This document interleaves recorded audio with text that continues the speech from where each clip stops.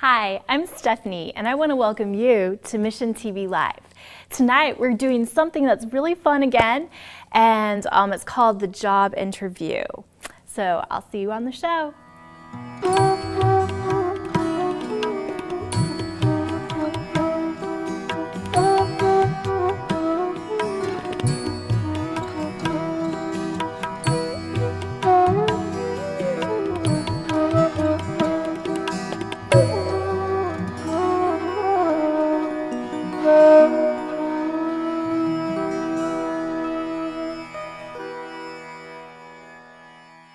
Hi, and welcome to MissionTV Live. Tonight we have Stephanie and Kirk and Jon and I on the show together. And our topic is the job interview, as Stephanie said. We want to look at qualifications and a few other things. And we want you to participate. Tonight we've got some questions, and it's a who am I question. So we have several of them during the show, and what we would like you to do to participate is when the question comes up, who am I? And there's different descriptions, little hints of who this person is. If you would call us or email us or send us a message on Facebook or Twitter, the answer to the question, who am I? We would really appreciate that because we would like you to participate in the show, and we would like not to answer the question ourselves because we've been challenging ourselves this week to look at the qualifications of different people in the Bible and different missionaries and writers and other people that we know, church leaders, that were not really qualified for what they have done, but the Lord used them anyway. So we want to challenge you to look at some of the challenges we've challenged ourselves with this week. Before we start, I want to start with a text, and that is in 2 Corinthians chapter 12. And it's verse 9. And he said unto me, my grace is sufficient for thee, for my strength is made perfect in weakness. And this is a section where he was talking about how he had prayed 3 times that his infirmity would be removed from him. But it's such a beautiful answer that the Lord gave. My grace is sufficient for thee. My strength is made perfect in weakness. So let's look at God making his strength perfect in our weakness. Yeah.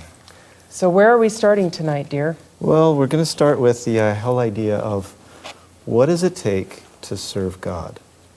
What is the qualification for serving God? Because a lot of people say, well, I can't really serve him because I don't have the right, qualifications.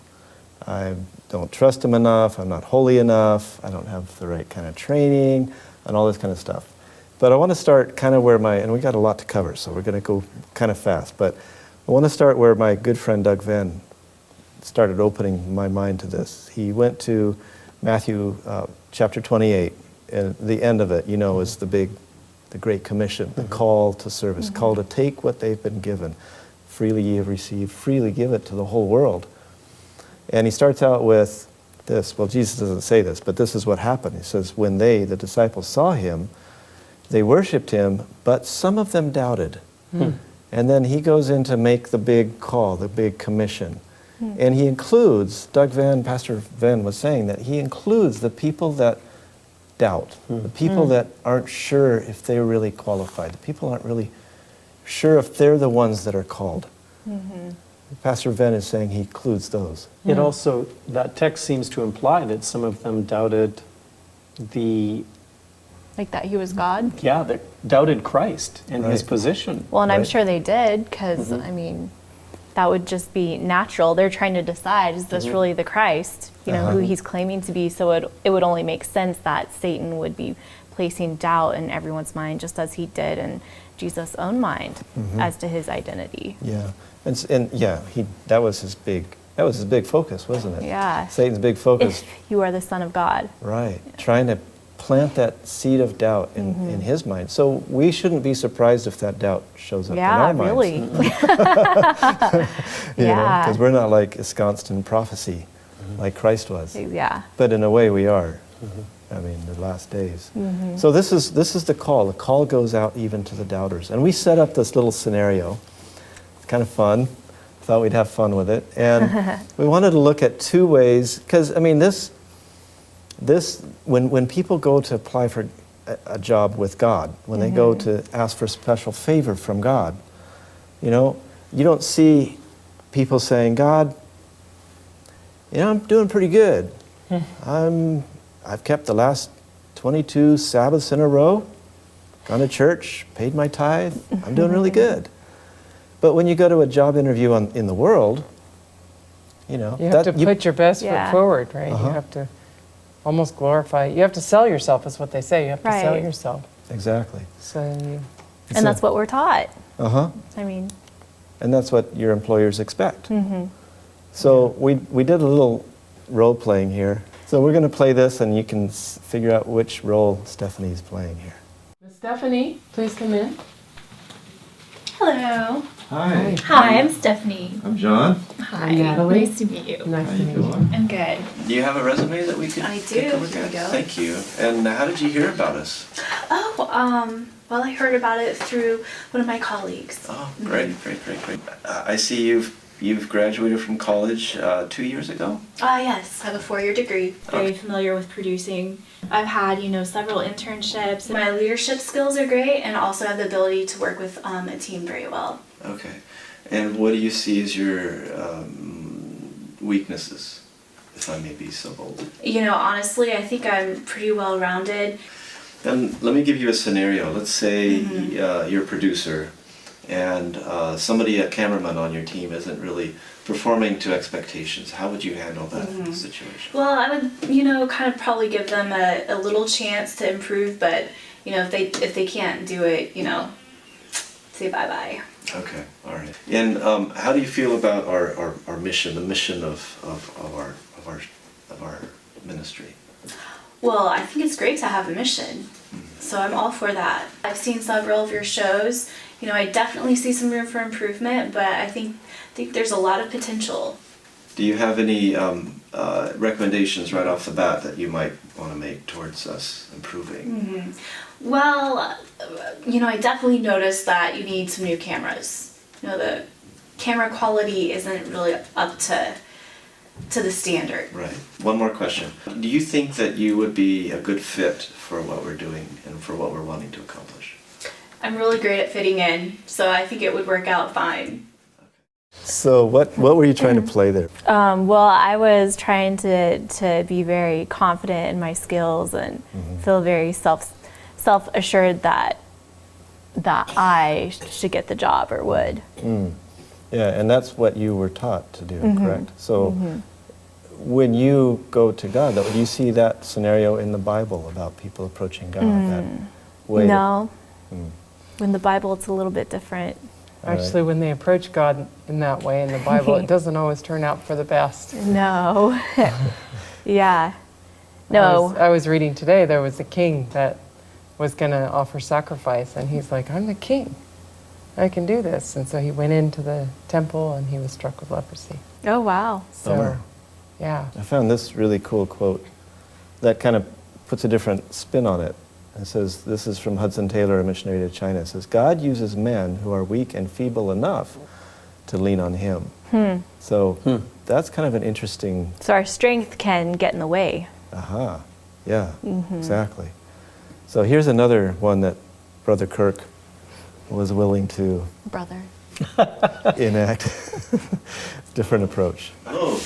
Hi. I'm John. I'm Kirk. Glad to meet you. I'm Natalie. Hi, Natalie. Nice to meet you. Good to meet Have you. a seat. Thank you. Thanks for coming over. I'm glad to be Appreciate- here. Yes, appreciate you coming. So, how did you hear about this job? Well, I think, didn't you have a call at the end of one of your shows that you did need help? So that's Okay. why I'm here. All right. I had to find out where you were located, and So you've been watching our channel. oh yes, I love your channel. I really do. Okay. So do you have a resume? I do. Wonderful. Thank you. Thank you very much. Okay. So do you have any training? What's your background in training? Well, So you I've didn't worked. finish high school. Yeah, I didn't finish high school. No, that was. I Did some construction. did. Yeah. Yeah. Yeah, I know that I'm not really qualified, for the position that you've got advertised, but I just really would love to be a part of what you're doing here. I feel like it's life-changing, and anything that I could do, I'm just here hoping that maybe there's a way that you could fit me in. Okay, because we use a lot of computers to Okay. our work. Do you have Okay. any experience with computers? No, I don't. Okay. But I'm willing to learn if you would be willing to teach me. Mm-hmm. Or I would even be willing to go to classes Okay. at night if that would help. Okay. All right. So what do you see is your greatest strength? Well, the truth is I don't really have anything to recommend myself to this job. Okay. Appreciate your honesty. Good job, So who got the guys. job? Yeah, John, who got the job? Well, if I had to choose between those I got the two, job, right? Well, If this is how your interview had gone, Stephanie, Maybe not. thankfully you weren't quite that prideful when you came in. no. One of the things You that were we quite a bit more honest when you came in. yeah. And one of the things we liked about you, Stephanie, in your real interview was the fact that you didn't come in like that, like you knew it all. You had a humility and humbleness that we could work with, and you're willing to learn. And Kirk, even though in your skit you didn't have any kind of background or any kind of recommendation, it was your spirit and your willingness. And a lot of times the workers that work out best, even in our companies, you know, earthly companies, are those that are willing to be learned because they can learn the way of the company. Willing to be taught. Yeah. Willing to be learned. It's a very learned man. Makes me think about your mother sending you to college Yeah, yeah. to learn you to talk good. Yeah. Did she say that? No. He says that. But anyway, no, it's far too close to reality for you though, Kirk, because when we talked to you about coming here, that was basically what you were saying, like, I don't know how to edit video. I haven't worked in the field of television before. But again, the willingness and we knew you'd done some audio editing before, so we knew you had a little bit of editing experience at least. But. Like 20 years before. But anyway, the point was the difference between the way the world says we should portray ourselves in a job interview and the examples we see in the scripture of how people were talking to God when they were in their job interview with God, so to speak.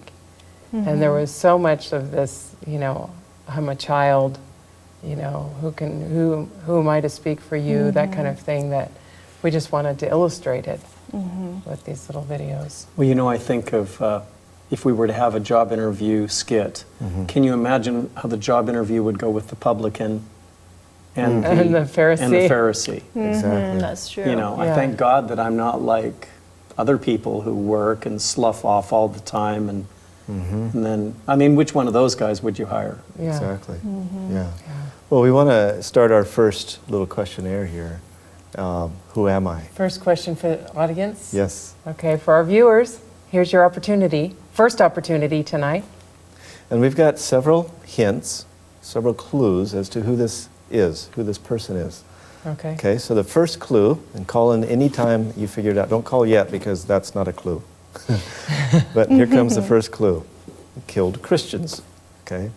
So to kind of help with this first one, if I get the next clue, everybody's going to be able to get it. But the first clue is killed Christians. And now this is a Bible character. So that helps narrow things down. Now, I want to go back to what you're talking about, the two different ways. The person that was the Pharisee that says, I'm glad I'm not like them. Now, if you look at his friends, his circle of friends, and the society that he was in, between him and the publican, which one was more accepted by the people around him? No question. The Pharisee. Uh-huh. So if that's the way that it is then, is it that way now?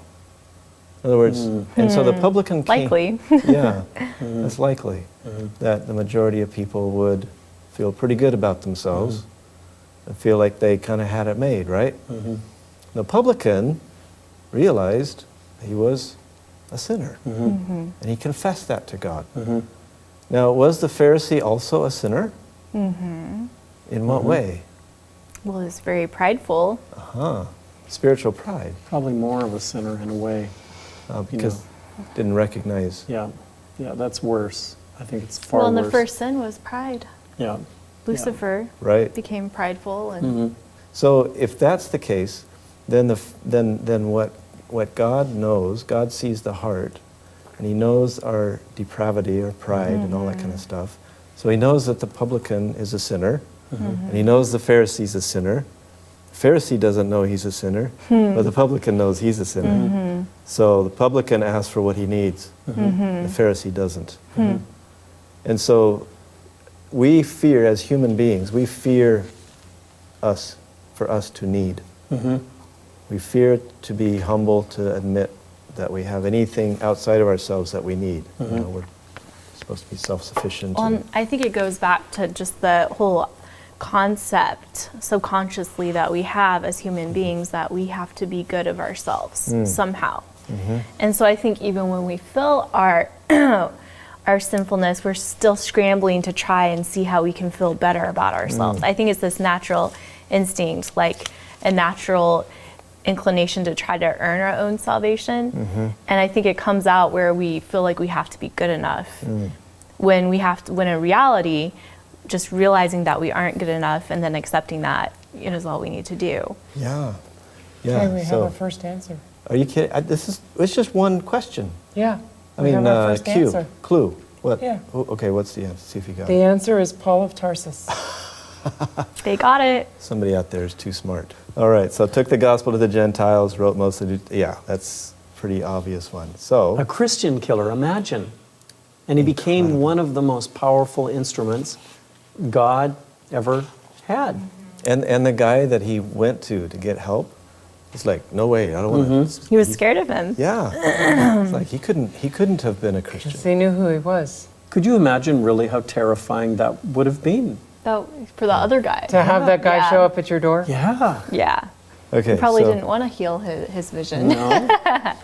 we're going to try another one. This is also in the Bible. And the first clue is that he's a poor farmer. The next one is that he is unsure of himself. Still vague. Very Okay. fake. All right, here's another one. Not trained in warfare. Okay, so it's probably not John the Baptist. And there were no swords available at the time. That one gives it away, I think. Think so? Yeah. But Okay. we'll see.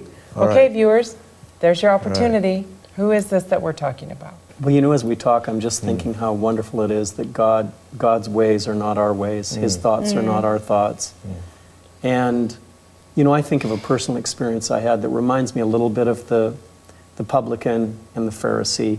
Sadly, it's in my own family, and there's no possibility they're even watching because I haven't had connection for many years. They don't particularly like Christians. But I remember years ago when I told my brother, my father had just died, and I told him about what was going to happen at the second coming because he thought that Dad was up there in the clouds smiling down on me. And that was my opportunity to set him straight on the state of the dead. So I told him about the second coming and the two resurrections. And his response to me was, I don't like my chances. And I told him that it was really up to him which resurrection he would be in, that was his choice. Well, a few years later, I told my sister about the second coming. And her response, in contrast, was, that's the most ridiculous thing I have ever heard in my life. From the two responses, which one would cause you to have more hope? And naturally, for my brother. I have more hope for his heart condition. And I don't know, where he is. I don't know the condition of his heart, but it gives me hope with that kind of a response because there was a humility. Okay, so that Okay, humility. we have a guess. Is this Gideon? Well, what he did was deliver Israel, and he destroyed the altars to Baal, and his name is? Gideon! Congratulations. Wow. Okay, so on to the next one. Who Okay. am I? Now, this is going to be a little bit more challenging, but it is someone who saw God. Okay. That narrows it down quite a bit. Yeah.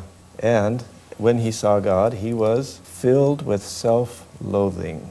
Okay, I can think of two people, but there's only one that we're talking about here. The next clue, I'm not going to give it right away, but let's see if this one will stump them for at least 30 seconds. So we're seeing people here that when they were looking at whether or not they should do work for God, there was a humility there. I mean, Paul, before he became Paul, was Saul, and he was killing Christians, and there was a lot of, he knew what he was doing. He was right, and they were wrong, and they deserved to die for it. And with Gideon, you know, he's like, you know, the angel of the Lord comes to him and he says, God is with you, mighty man of valor, and he's there threshing wheat, you know. It's like, what? Wow. But He's hiding. yeah, He's he was in the hiding wine there. pit, so he's hiding so nobody would see him. Yeah. Well, that was because the Midianites would come in and just take everything. Well, that's an So- example of the faith that God has in us, of who we can be. You know, obviously Gideon wasn't a man of valor yet, but God was calling him that because he would be. Yeah, I did find a quote in Ellen White where she was talking about Gideon's family, and they had been instrumental in some of the wars against Midian. Okay. And so some of them were, you know, had shown themselves to be Okay. good in war or whatever, Okay. but it says nothing about him actually being part of those wars. But the Lord obviously had faith in him. And that's beautiful because he confessed his own unworthiness and his doubt of himself. And I think what we're seeing is a trend here where that's like one of the main prerequisites for working for God, for serving God, is a distrust of ourselves. And so if I think that I'm not good enough to be a missionary, if I'm not skilled enough or talented enough or don't have the right training, if I think that in my mind, then maybe that is one of the prerequisites for me being a successful missionary. Because it stands to reason that God could help to shape you into the man, the missionary that he wants you to be. Yes, and instead of me coming in with my plans for God's work, maybe I'll ask God what his plans are for me in his work. Much better stance. Because I think God has a better plan than I do. You think? That's what I'm guessing. Because he can see the end from the beginning. Because he's God. He's God, exactly. So if we're open enough for him to lead us and lean on him day by day, then he can work out his plan in my life, which is better. You think I ought to give the next clue? Yeah, prophesied the Messiah's birth. Oh, I have a guess. You do? But I'm going to wait for the viewers to Okay. answer. We did, as another clue, we did a story on him, or a show on him, 2 weeks ago. Yeah, called The Plaintive Cry of God. So that's another clue. That's 4 clues. Yeah, that's a then. big clue right there. Yeah, if they've watched our show If they before. were watching. Yeah. You know, and this theme that we're seeing here in God's, you know, like for instance, Daniel, when he prayed to God in Daniel, was it chapter 9 or chapter 8? When he's begging God for greater insight into the prophecies that the Lord had given him, he didn't say, Lord, we're doing so well, we deserve for you to bless us.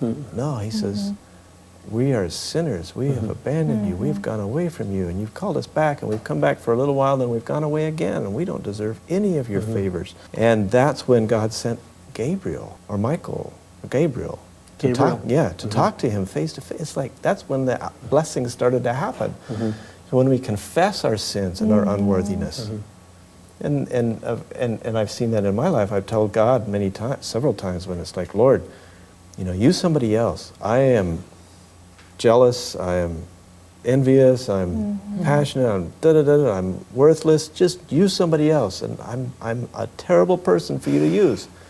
And he says, yeah, I know. Now let's go to work.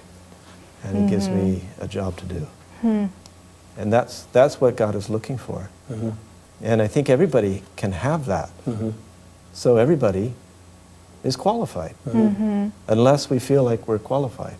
Well, and then even then, God would want to work on us to show us that we're not qualified. Yes, very good ways to show us that we're not quite qualified. So no matter where you stand, there is hope that God can transform and change you. Obviously, the one position is a better position to be in.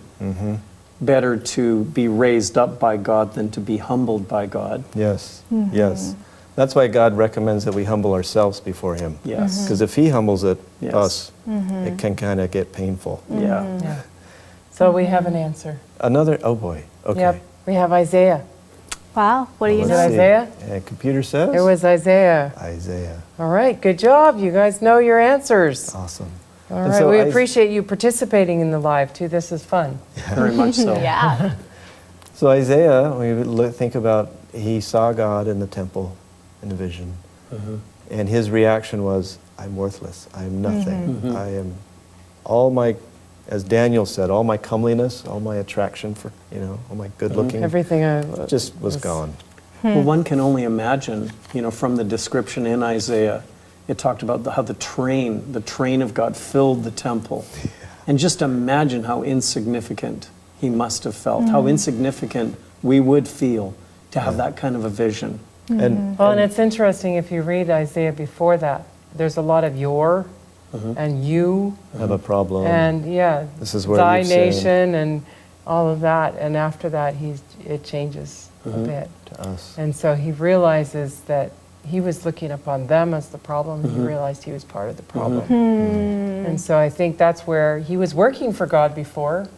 He was telling them, this serving of other gods is wrong and all this kind of stuff.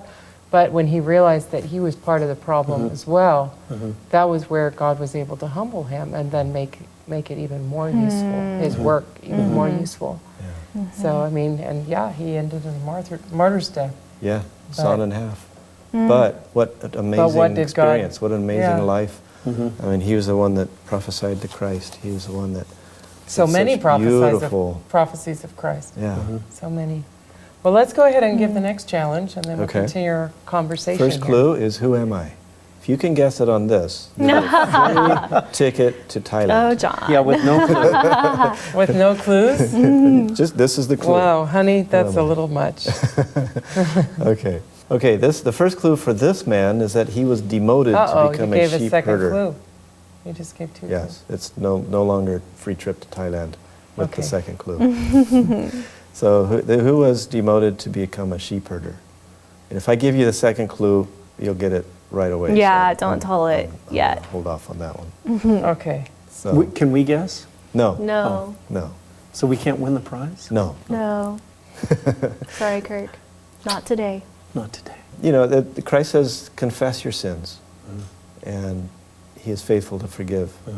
And so it's like that confession. It's like admitting, I'm a sinner. And this is where it's hard for us to do. It's just like, I Very. don't want to be a sinner. I want to be okay. I don't want to feel needy, because that hurts. I don't like to hurt. I like to be strong and feel good.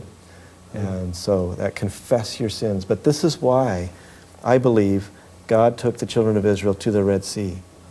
Because if I was him, I would have already had it split open. Because then he wouldn't have to listen to them bellyache. But they were there, and they were complaining, and they lost it, and they stepped outside of faith for the sake, I believe, for the sake that they could see what was in their own hearts. Because as they were leaving Egypt, they had strong faith in God. God's going to take us, we're strong, we got a lot of faith, we're doing this is really awesome. Yeah, they probably felt really excited, like, yay, we're about to that would have been a lot of adrenaline right there. Yeah. But then after that wears off and they're stuck in front of the Red Sea. Yeah, and they just seen a bunch of people killed of their enemies, the hailstone and, and the darkness, and then they got all this money. They're heading out to the desert, and then this roadblock. And they're thinking probably, we got a lot of faith. We trust this God. And then first roadblock, they lose their faith, they lose their experience. They start belly aching, they're going to stone Moses. Why did God do that? And then he took them to the foot of the mountain and left them sit there for 40 days. You don't leave children alone. You keep them busy, keep them moving so they don't get into trouble. But why did he do that? They got the golden calf going, bad things. Why? So that they could see what was in their heart. See? This is the way, this is the reason, this is the very reason God designed it like that. So they could see what was in their heart, so that they could confess it. It's like refining the fire. Put us under heat, and the junk comes out. Unbelief, lack of faith, anger, frustration, pride, yelling, envy, all that stuff comes up to the surface, and what do we do as humans? Stuff it back down inside. See? But God wants that to come out, like when you heat gold up, the dross comes up to the top for the sake of cleaning it off. See? So it comes up, bubbles out, we confess it to God. God, I have been sinful, I have lost my faith, etc., etc., etc., so that God can then replace that with Himself, with His faith. This is the purpose. This is what God is doing. It's a wonderful exchange. Yeah, and for us to pull ourselves out of the road of sharing, of mission work, of stepping out, and we get insurance, we get our life all planned out so that God doesn't have to work anymore. And that character growth gets short-circuited. Well, we have 2 guesses, 2 guesses. and they're different. Okay. The first guess was David. Okay. Is that right? Well, I'll give another clue. Okay, because then I'll tell you the second guess. Okay. Stayed there for 40 years. The second guess was Moses. Okay, and see if this is right. He was filled with self-doubt, Yeah, he didn't want to speak. but he confessed it to the Lord. He says, Right. I'm slow of tongue. I can't do this. And God's like, yeah, you can. And then Yeah. what happened when he said, okay, Lord, was he led the children of Israel out of Egypt. Yeah. You know, another Lots thing- of amazing miracles, and he was raised from the dead and taken to heaven. And another thing that should be put there is he was a murderer. Yeah. Yeah? He was basically an ex-con. So it is Moses. Yes, it is So Moses. go ahead and Okay, put next his name one. up there. All right, There's then we're Moses. ready for the next one. Okay. Who am I? Anybody get this?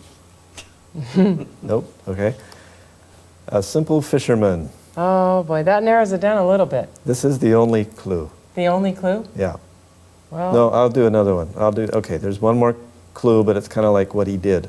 This is who he was to start with, and this is what he did. well, that's not saying much because there are several people in the Bible that applies to. How are they supposed to guess? The primary one. The primary Yeah, one. like the main one. The main one. I think everybody knows. Okay, well, there's your challenge. Who is this? A simple fisherman who helped to start the world's largest religion. Who is it? It's in the Bible. It's in the Bible. You know, I was mentioning I to hope you can get it quickly because this is a challenge for you. I was mentioning to you this morning how I was reading a book last night that talked about the resume that Jesus would have. Didn't look very positive. Oh. I mean, he had a 3.5-year ministry with 3 converts. You know, he's Yeah. typically, And he if we saw died his at the end resume, of it and- yeah, we wouldn't be impressed with his resume.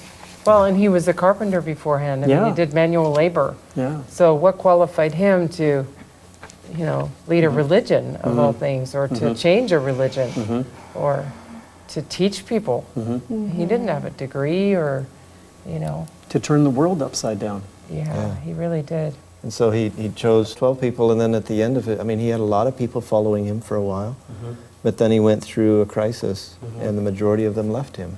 And at the very end, even his closest disciples just split, abandoned him. So that didn't look very successful. Yeah, that wouldn't look good on a resume. No. No.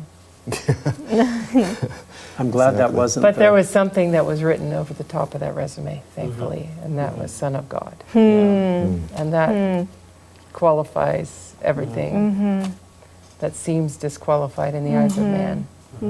But aren't we adopted sons and daughters of God? Yeah, we are. Well, the So cool that qualifies thing is, us to do the work that we're not qualified for. right? Because Like, I never took any training in television Yeah. or broadcast. I mean, they didn't even offer that when I went to school, or not where I went to school anyway. You don't have a degree in television. No. You have a degree in She has a broadcast. degree in television. yeah, But you don't have a degree in television. And what are we doing here? God told us we had to. And so we said, okay, Lord. And that's all. And look what he's done. Well, and I was just gonna say, you kind of triggered my thoughts, like that Son of God was the qualification, and really Jesus is our qualification too, because he did everything for us. Right. Wow. Right. But that doesn't mean, I was going around saying which of us are qualified. You have a degree in broadcast, but that doesn't mean that you're overqualified to work for God or that you're underqualified to work for God. It's just a skill set that you've learned that you can apply to God's work now. And God's asking you to use it in your field, in the field He's called you into. I mean, like my degree is business, which is not TV, but He's using part of it in the ministry operations or whatever. But it's like, that doesn't mean He's not going to use those skills that you've been trained in. But that doesn't mean He's necessarily going to keep you working in broadcast always. He might ask you to do something completely different. Exactly. Which would be scary sometimes. Yeah. Like us doing TV. Yeah. So do we have any guesses yet for who the simple fisherman was? Yes, we do. We have one. Is it Peter? Well, it is. Computer says. Peter. Very good. That was pretty narrow, there were only a few of them that were fishermen. And they all helped to start the religion. Yes. So. And I want to read, there's this, at Bible.org, there's resumes of the apostles. They kind of set up a scenario where they studied Jesus' foundation, his ministry there. It was like a management company, they were giving him advice. And it says, it is the staff opinion that most of your nominees, disciples, are lacking in background, education, and vocational aptitude for the type of enterprise you are undertaking. They do not have the team concept. We would recommend that you continue your search for persons of experience in managerial ability and proven capability. Simon Peter is emotionally unstable and given to fits of temper. Andrew has absolutely no qualities of leadership. The two brothers, James and John, the sons of Zebedee, place personal interest above company loyalty. Thomas demonstrates a questioning attitude that would tend to undermine morale. We feel that it is our duty to tell you that Matthew had been blacklisted by the Greater Jerusalem Better Business Bureau. James, Matthew, of course, is a tax collector. James, the son of Alphaeus, and Thaddeus definitely have radical leanings, and they both registered a high score on the manic depressive scale. One of the candidates, however, shows great potential. He is a man of ability and resourcefulness, meets people well, has a keen business mind, and has contacts in high places. He is highly motivated, ambitious, and responsible. We recommend Judas Iscariot as your controller and right-hand man. All of the other profiles are self-explanatory. Wow. Yeah, that's great. So, shall we move on to the next one? Yes, and we should give them an extra clue on these. Okay. They're not in the Bible. Okay. Right. Okay, so the next ones are not in the Bible. This man is not living anymore, so is not a current missionary, but he's a little more current You gave than another hint. That's Peter. a missionary. Yes. Okay. Okay. A simple cobbler. Founded a Bible college and is considered the father of modern missions approach. So we'll see if anybody gets this one. Okay. But I want to go Give us your back. answer quickly because... Let's go back to Jesus is choosing his disciples. The ones, Jesus came, he was planning to turn the whole world upside down with this new doctrine, with this new teaching. And he needed people that were going to take this and be effective in this work. And he chose fishermen. A bunch of unqualified people. You think he would have chosen some Pharisees or some scribes at least, people that knew how to write. Well, that knew the scriptures, because then he wouldn't have had to teach them so much. Yeah. That's the theory anyway. But it's easier to teach people who don't already know other stuff, the Really? wrong stuff. Wow. And they don't have preconceived ideas. Exactly. So that was Christ's criteria, are they teachable? Yeah. Maybe Are they that's his open to criteria learning? for us. Yeah. Well, it certainly gives us hope when we look at that lot that he chose. It really does. Yeah. I mean, if he could work with them, Yeah. and we're worse than they are in so many ways, Mm-hmm. maybe there's hope Yeah, but for we're us. vegetarian. Just because you're a vegetarian doesn't mean you're holy. I heard somebody the other night say... But if you're vegan, no, I'm just kidding. he was preaching and he says, this year I gave up cheese. Everybody clapped. He Yay. says, that makes me healthier, not holier. But we digress. Yes, we Should do. we go to the next one? Oh, You gave it away. John. Right. Yeah, when we got yep. the right answer. Somebody gave. Just Has someone just guessed it? Yep, somebody Yep. just guessed it. Okay, we should still give them credit. Yes, Yeah. definitely. Yeah. Yeah, don't give it away so Sorry, easy. sorry. So just imagine, look at that though. A shoemaker. And what does he go on to become? To print the Bible in 44 languages in India. Yeah. And he learned and translated them, many of them himself. Yes. That's I mean- crazy. So he had to learn 44 he learned languages and then Sanskrit translated. And, I'm not sure if and he learned all of them or Punjabi. just organized I know Okay. he did Sanskrit, Punjabi, Bengali, Hindi. and Marathi, I think was the fourth one. Sanskrit? Sanskrit. Sanskrit. Yeah. And he recognized that in himself so many times. And he tried preaching and realized he wasn't as effective at preaching as he was at languages and writing. Yeah. So that was his skill. I think one of the most amazing things about his ministry, and I can't remember the name of the practice in the Hindu religion, but it was the women who their husband died and they would have to be burned alive on the With the funeral husband. pyre of their husband. Yes. What was that called? Sati. Sati. And that was the thing that disturbed him more than anything. And I don't know for how many years, how much time passed, but he's responsible Yes. for putting that practice to an end. Right. And that was one of the greatest thrills of his whole ministry. I bet. Wow. Yeah. So Because here, he witnessed it happening, I think, one time. It just really disturbed him. yeah. Yeah. So here a simple cobbler fought against incredible odds to go to India when it was unlawful for him to go to India to be a missionary. And here's the college that was built by him in India, the Serampore College. So this is beautiful, Yeah. beautiful place. Yeah. Okay, the next. This is an 18-year-old female sick with neuralgia, which is some type of neural disease. I believe it affects the nerves and renders them pretty much incapacitated for weeks. So she would have been bedridden? Yeah. And she became a missionary to India with this disease. Wow. Yeah, of all places. So let's see, I'm going to leave this here for a little bit, see if anybody can figure this one out, because this is a tough one. She's not an Adventist missionary. She's a very famous missionary, very inspiring. So, Yeah. you know, I was having a discussion with somebody online once that they felt they weren't qualified to go to the mission field because they were unsuccessful in winning the people that they knew to Christ. What would you guys say about something like that, a situation like that? Like Kirk, you're completely unqualified because you haven't won any one Not of your that I'm family. aware of, no. Not that I'm aware of. But I think a good illustration was the previous person, William Carey. I mean, he didn't really have very many people that were converts. I believe that he preached for many years in India to no avail and finally got a convert.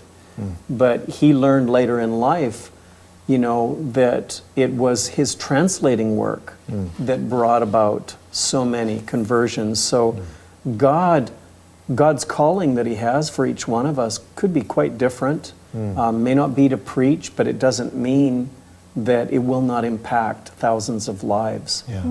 Actually, for William Carey, he was there for 6 years before he got his first convert. Wow. That would be very discouraging for a missionary Oh, yeah. or a pastor. Tremendously. Can you imagine? No. 6 years? mean, if Most we- of us would throw in the towel.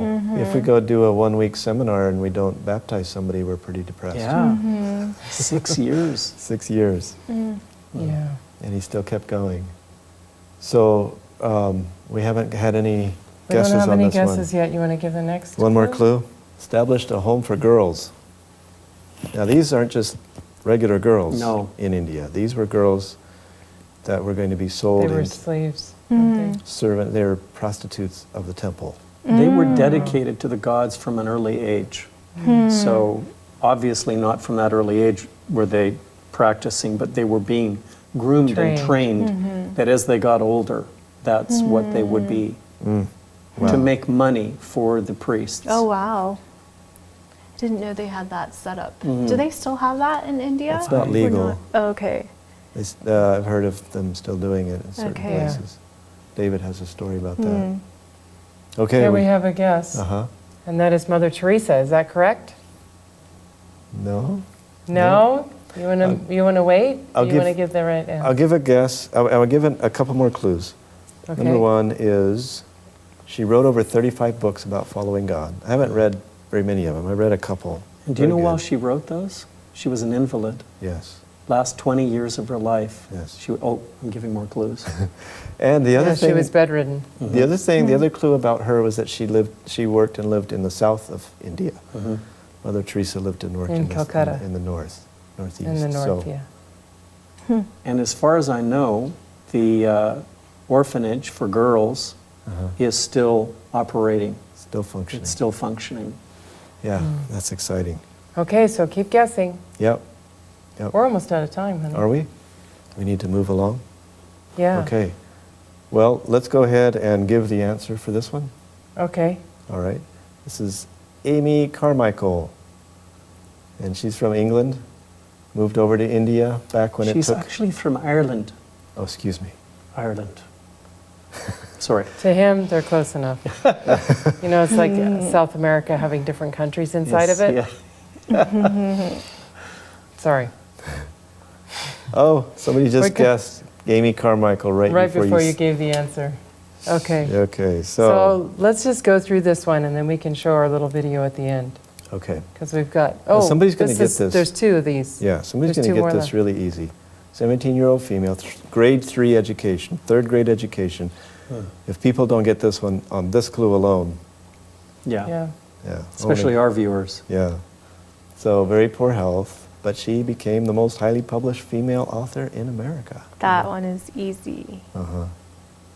Shall we give the answer so we can finish the show? Yes. Okay. Ellen G. White. Ellen G. White. Next one. Okay. Now Oh. this is somebody Okay, this is that the is one. a current living missionary, but she went over there when she was about 65 years old. That is a I disqualifying... think she was a 63. But Okay. anyway, she's over That- 65 now. That's a disqualifying feature of most people when they say, I want to be a missionary. How old are you? 63. Sorry. Nope, too old. It's not only a disqualifier for a career as a missionary, pretty much any new career. Yeah. Yeah. That's true. But now she's working in the mountains of Thailand, Wow. and she's establishing a clinic that will service 50 villages. Wow. That's Gail Habercam. Amazing woman. Yes. Do And- we have time to watch a video? Yeah, I want to just read a real quick. If you go to her website, here's the current article. This is a 65-year-old woman saying, I think four-wheel drive is a really touchy thing on a 13-year-old Mitsubishi pickup truck that does extreme off-road driving with heavy loads. Oh my. And read the next sentence. I know the angels of heaven are doing so many things for us here to keep us alive and functioning. Our truck is beginning to be a major problem for us right now. Thursday, the pastor, Blat Jah, and I headed out to Met. Anyway, you can continue reading on the blog. If you go to JesusForAsia.org and then you look for Gail's Under website. Thailand, she's there. Mhm. Or you can just go to gail.jesusforasia.org. Yes. We had a guess right before you showed it, and they said, Gail? They They must know her. Yes. Yep. So, amazing woman doing an amazing work, and we've got a little video that will take away many of our excuses for not going. A target. No. It's sometimes hurt, it's not hurting right now. Để lên nhà hiếu xí tới ô vé ta cả từ răm hay hi ô vé ra nên là ô gọi là khi ô vé.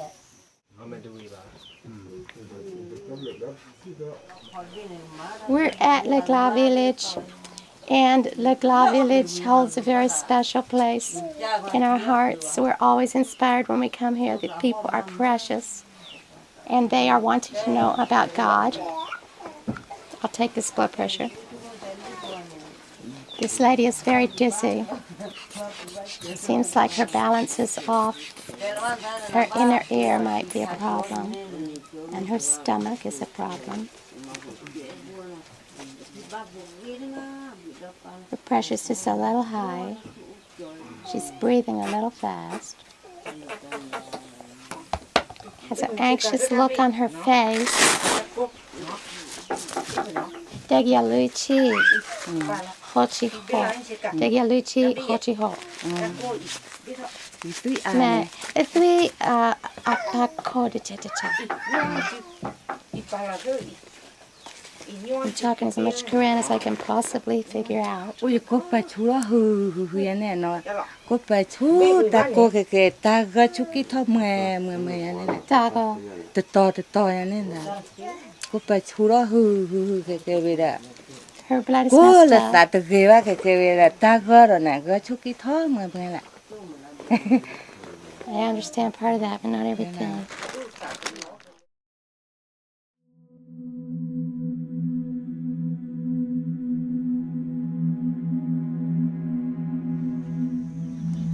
Dear Lord in heaven, you see us gathered together in this house today. Ta bao lắm cô, đi qua cô, đi qua bà polo bata that play bunu. And we realize that all of us need you every minute. Đi nhà là bữa cô, đi qua lu vana. One thing I will always remember about the people here is how intent they listen when people are talking about God. If you have a worship here, you pray here, you sing here, their eyes are full of brightness, and you can tell deep in their hearts they're really interested. Only the Spirit of the Lord can do that. When we look at the world around us, we just love coming to Lugla because the people here just want to know God, and it's inspiring every time we come, and we just wish we could live here. We can't wait to build someday, and we're just really excited, and we have high hopes for this village. We met Chaudhry some time ago, and he really came to our attention when he invited us to his house, and he told us that yesterday he worshiped the devil, but today he's going to worship God. And he had all his family with him here, and we had worship together. And he had been dissatisfied with his life before, and all of the requirements that the devil uses for people to sacrifice and give up for him. And he saw there was nothing to that, and nothing was happening to help him or his family. And as we had worships together here in this house, the Spirit of God was here, and he could see quite a different spirit in those that worship God and those that worship the devil, and his heart just longed for that. And so he is really instrumental in this village. We just couldn't say enough about his influence, because God changed his heart, and as a consequence his whole family stands behind him and is worshiping God. They fold their hands, they pray to even the little children. And there are also 7 families that want to learn also. And it all started with Chaudhry.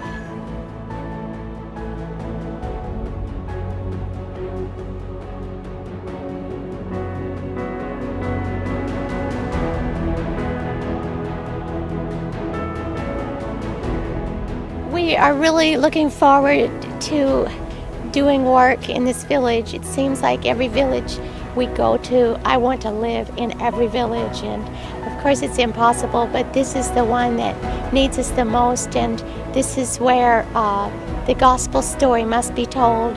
So we have visions of doing a building to treat the sick, and a house and a church, and have the just wonderful experience to tell these people more every day about the lovely Jesus and the way that he wants to help them and work with them so they can see him for themselves. And someday we'll just all be together in heaven.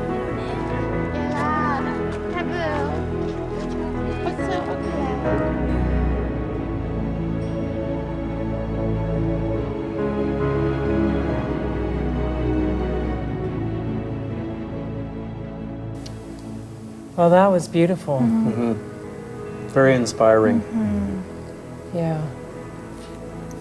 So this is a current missionary, 65 years old or so. I don't know how old she is right now. But she's going forth in the strength of Jesus Christ. Yeah. Isn't there, I think there's a scripture that talks about how he'll renew our youth and our strength, but I think Ellen White also talks about as we engage in service for him, we actually will experience renewal in our health and in our age. Yes. I mean, she just looks She's glowing. vibrant. Yeah. She just glows. Yes. Yeah, and we will be seeing her soon. Yeah. She told me she'll be here sometime in July, August, so I'm waiting for the dates from her. Great. And we'll look Wonderful. forward to having her. Hopefully we can have her on a live show. But our time is pretty much up. So all these people we looked at started out with not such great credentials. God used them mightily. I don't think God's looking for people with great credentials. He's looking for people with great openness to Him, willingness to be taught and Teachability led, and the willing desire hearts. to lean on Him. Yeah, God's looking for hands and feet, for hearts that can hear His voice. So can you give an example of some of the kinds of things that people could do in service? Oh my goodness. Well, our time is up, so we don't have much time to do that. That sounds like a great... Well, the main thing I think, just really quick, is to live your life serving Christ. And God will use that, whatever it is. Focus on Christ. Whether you're a builder, a cook, accountant, administrator. As it goes back to, Matthew 6, seek first the kingdom of God. So whatever it is that God lays on your heart that builds His kingdom, that's what we should be doing. That's what our focus should be. Even if it's as simple as going and living with people that have never seen a Christian before. You're a missionary. You don't have to do something special. You don't have to be something special. Right. You just have to be what God's taught you to be and be a friend. Yeah. Befriend some people. And you'll be amazed at what He will do, Yes. even through the simple things. Right. Yeah, God can use any kind of missionary. He needs everyone in His service because there's need for every single, if you name anything, any occupation in the world, Carpenter. there's a need for it somewhere in His service. Yep. So, but we want to reiterate the statement or the call that missionaries are needed. There are places over there with no missionaries, no representative, no Christian, nothing. Missionaries are needed. You are needed in God's work. Well, I know we're over time, and we just want to finish up by saying what our topic will be for next week, and that is enthusiasm and passion in His service. So think about that, and if you have stories, you can send them to us beforehand, email them to us, send them to us on Twitter or on Facebook, and we look forward to next week's live enthusiasm and passion in His service. Also, we hope to be seeing you at ASI. We're praying about whether or not the Lord would have us go this year, so we just ask for your prayers that we would know and see provision for going to ASI if it's the Lord's will this year. And then we will see you next Monday night at 8 p.m. Eastern Time for Mission TV Live. We're so glad you could join us tonight. God bless you until we see you again.